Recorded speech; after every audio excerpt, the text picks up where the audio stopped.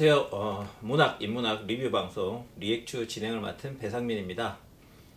오늘도 같이 리액추를 꾸려갈 멤버들을 소개시켜 드리도록 하겠습니다. 먼저 사회비평가 박권일 선생님. 안녕하세요. 네, 문학평론가 심진경 선생님. 안녕하세요. 네, 마지막으로 문학평론가 박인성 선생님. 안녕하세요. 네, 이번 리뷰는 독일의 사회학자 하르트무트 로자의 소외와 가속입니다.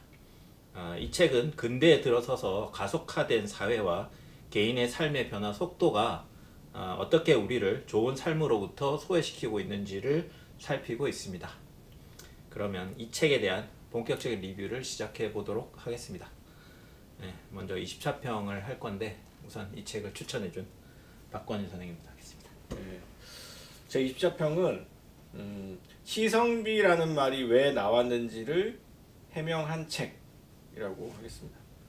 요즘 시성비라는 말을 많이 쓰고 2024년에 올해 단어 이런 걸로도 많이 뽑히고 있는데요. 그러니까 글자 그대로 가성비에서 가격 대신에 시간이라는 말을 집어넣은 거죠.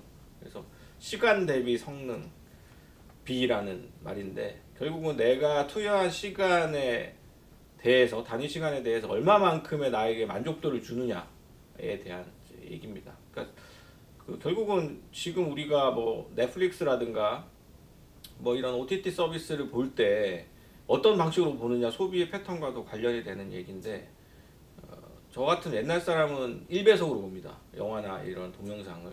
그런데 요즘 세대 특히 이제 Z세대 같은 경우에는 1.5배속 심지어 2배속으로도 본다고 하더라고요, 영화를. 그러니까 그런 식으로 어떤 콘텐츠를 소비할 때 시간을 압축을 해서 정보만 빼먹는 그런 형태의 소비 패턴을 시성비를 추구하는 패턴이라고 하는데 왜 그렇게 소비를 해야 되는가에 대해서 막상 물어보면 명확한 대답을 하기 쉽지 않거든요. 왜 우리는 그렇게 시성비를 추구하는가? 시간을 아끼기 위해서다. 왜 시간을 아끼려고 하는? 시간 아껴서 뭐 하냐? 시간 아껴서 뭐 하는지 보고 있으면 대부분 유튜브 쇼츠 이런 거 보고 있거든요. 그 남는 시간에 하는 일이라는 게 결국 쇼츠를 멍하니 보고 있어요. 그러니까 왜 이런 일이 우리 모두에게 발생하고 있는지에 대해서 이 디지털 미디어 시대에 왜 우리가 그렇게 시간이 쫓기면서 시성비를 추구하면서 왜 또 남는 시간에는 멍 때리며 쇼츠 같은 걸 보고 있는가? 여기에 대한 어떤 대답을 보여준다는 점에서 그렇게 지어봤습니다. 네. 심진경 선생님. 저의 20자평은 근대적 인간 되기가 참 힘들다. 방금 생각한 20차평. 방금 내가 가속했군요. 느꼈어. 소리가 났어. 가속되는 소리가. 지금 뇌가 가속했어요.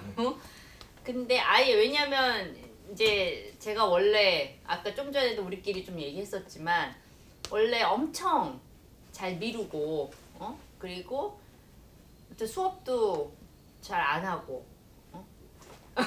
그리고 원고도 계속 미루다가 이제 펑크 내고 이제 미루다가 약간 자포자기하는 그런 스타일로 쭉 살다가 생각해보니까 한 어느 순간부터 한 2000년대 중후반?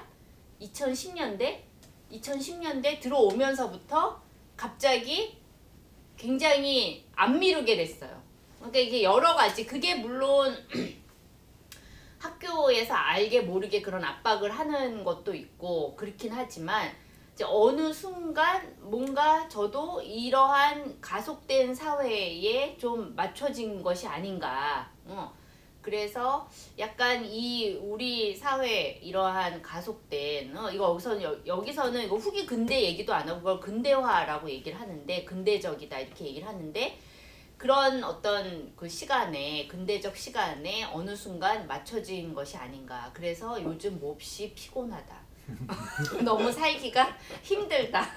감속된. 근데 여기서는 또 감속도 일종의 가속의 반대가 감속이 아니라고 얘기를 하거든요. 감속은 또 다른 이제 가속의 어떤 그 카테고리 안에 들어가 있는 또 다른 어떤 요소라고 이제 얘기를 하는 거예요. 그러니까 감속도 사실은 가속을 더 빠른 가속을 위한 감속으로 얘기를 하고 있으니까 이거는 힘들다.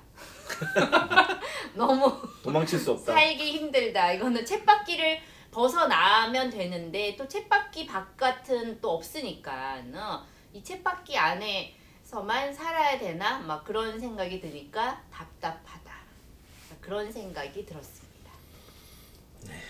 이 십자평이라기보다는 본인의 불평과 신세 한탄. 이런 거를 한 것 같습니다. 네, 마지막으로 박인호 선생님. 네, 저희 십자평은 노인을 위한 나라는 없다. 입니다. 지금 나야? 우리를 위한 나라는 없다. 근데 지금 이 책에 의한 이 가속의 논리라면 우리 모두는 사실 이미 노인이에요. 이미 다 늙어 빠졌기 때문에 이미 다 우리는 적절한 시대적인 흐름이나 속도에 맞춰갈 수 없는 사람들인 거죠. 그러니까 어떤 면에서 그러니까 여기서 이야기하는 가속이라는 건 결국 경험 지평이라던가 기대 지평, 그러니까 경험 지평은 우리가 흔히 이야기하는 과거, 기대 지평은 이제 우리가 말하는 미래, 이런 식의 시간과 관련된 인식의 영역인데 이 인식의 영역들이라는 것들이 다 이제 이 시간의 속도라고 하는 거, 점점 더 빨라지는 속도에 맞춰갈 수 없기 때문에 다 어느 순간에는 뒤늦은 이야기, 구닥다리 이야기들이 된다는 거죠. 특히 이제 경험이라고 하는 것이 어떻게 이 가속하는 시간 앞에서 금방금방 갱신되는 나무위키에 정보만도 못한 취급을 받는가 같은 것들을 생각을 해보면 우리가 가지고 있었던 경험이나 지혜라던가 고전적인 어떤 삶의 태도 같은 것들이 뭐 지금의 이 가속된 사회에서는 의미가 없어지는 모든 이 상황들, 이런 것들이 사실은 노인을 위한 나라는 없다라는 게 영화 제목이기도 하지만 예전에 있었던 예이츠 맞나요? 예이츠의 시의 제목이기도 하고 거기에 이제 비잔티움으로의 항해라는 뭐 이런 전체적인 그 맥락들이 있는데 사실 비잔티움이 망한 다음에 나온 시이고, 그러니까 아주 오래된 과거의 제국을 향한 되돌아갈 수 없는 사람들의 감수성을 다루고 있는 이야기인 거죠. 그러니까 지금 그게 어떻게 보면은 이 근대 사회를 살아가고 있는 근대화 현상을 직면하고 있는 모든 사람들의 저는 보편적인 감수성이라는 생각이 들어요. 우리는 다 지금 우리 시대를 살아가고 있다고 착각하지만 실제로는 이 시대라고 하는 거는 끊임없이 우리에게서 멀어지거나 우리를 지나쳐가는 거고, 거기에서 우리가 자기만을 위한 어떤 시간의 장소, 내가 소속되어 있고 내가 우리 시대 사람이라고 말할 수 있는 것들은 이미 다 내 손 안에서 흩어지고 있는 이러한 감수성 같은 것들이 어떻게 보면은 이 제목, 시의 제목도 그렇고 우리 모두의 오늘날의 보편적인 감수성인 것 같다라는 생각이 들어서 그렇게 24평을 붙여보았습니다. 네. 뭐 세 분 다 의견이 달라서 뭐라고 의견 다르지 않는데? 조금씩 다르잖아요. 조금씩. 네, 그래서 집약하기는 좀 어려운 것 같고, 다만 아까 심진경 선생님이 힘들다라고 얘기를 했는데 이거는 우리가 지금 현대를 살아가면서 왜 힘든지에 대하여 사회학적, 철학적 고찰을 하는 책이 아닌가 그런 생각이 들었습니다. 네, 그럼 24평을 여기서 끝내도록 하고요. 본격적으로 이 책에 대해서 이야기해 보도록 하겠습니다.